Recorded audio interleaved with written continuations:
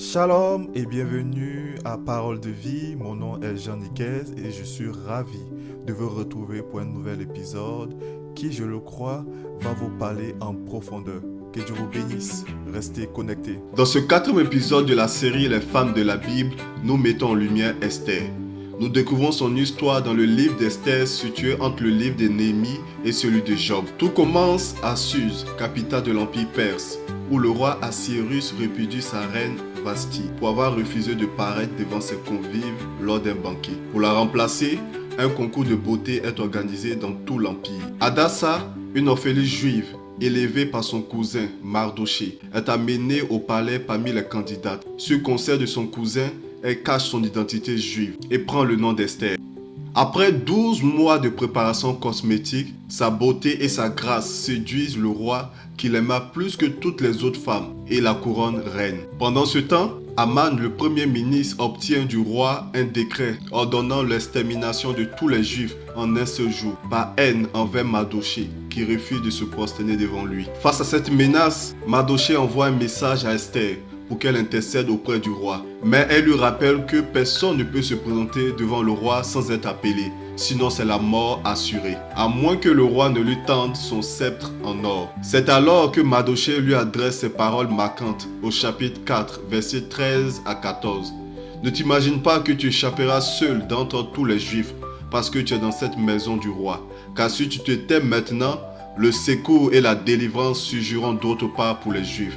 Et toi et la maison de ton père, vous périrez. Et qui sait si ce n'est pas pour un temps comme celui-ci que tu es parvenu à la royauté. Elle publia donc 3 jours de jeûne à sec. Et après ces 3 jours de jeûne, Esther va se présenter auprès du roi. Elle trouva grâce auprès de celui-ci, révéla au roi le complot d'Aman contre son peuple, ce qui amène le roi à signer un nouveau décret, permettant à son peuple de se défendre, ce qui conduit à leur victoire sur les ennemis. Mardoché fut élevé à la position de premier ministre, à la place du méchant Aman qui est pendu. Voici ce que nous pouvons apprendre de l'histoire d'Esther. L'histoire d'Esther nous révèle qu'il existe un Dieu des cas désespérés, le Dieu des cas impossibles, un Dieu qui a la capacité d'incliner n'importe quel cœur en notre faveur.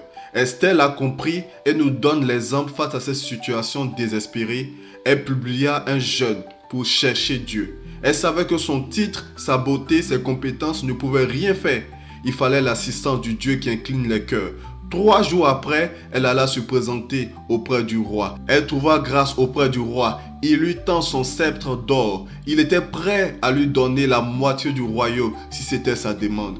Waouh! Quand tu mets Dieu en premier, il agit au-delà de toute espérance. Tu as besoin d'une signature qui débloquera ta situation. Tu cherches un emploi, mais toutes tes démarches restent vaines. Tu as besoin d'un prêt pour acheter une maison, mais ton dossier est rejeté par toutes les banques. Peu importe ton besoin, peu importe la porte qui doit s'ouvrir et qui semble dépendre des hommes, commence par chercher Dieu comme Esther. Recommande-lui cette situation. C'est lui qui touche les cœurs, qui change les décisions. C'est lui le Dieu des cas impossibles. Esther est l'image de ce que Dieu attend de ses enfants. Des hommes et des femmes qui reconnaissent l'identité de leur Père. Ils savent que Dieu est un Dieu qui peut décanter n'importe quelle situation. Ils savent que Dieu est celui qui incline les cœurs des hommes en leur faveur, peu importe la complexité de la situation. Ne l'oublie pas, il est le Dieu qui incline le cœur des hommes en notre faveur. Ne panique plus, invoque-le et il agira au-delà même de tes attentes. Que Dieu te bénisse et fasse de toi une Esther pour cette génération. Amen. Voilà, c'est la fin de cet épisode de Parole de vie. Merci infiniment d'être resté jusqu'au bout. Si ce message t'a parlé, n'hésite pas à le partager autour de toi, à laisser un commentaire ou à m'écrire. On se retrouve demain pour un nouvel épisode de Parole de vie. Paix et grâce.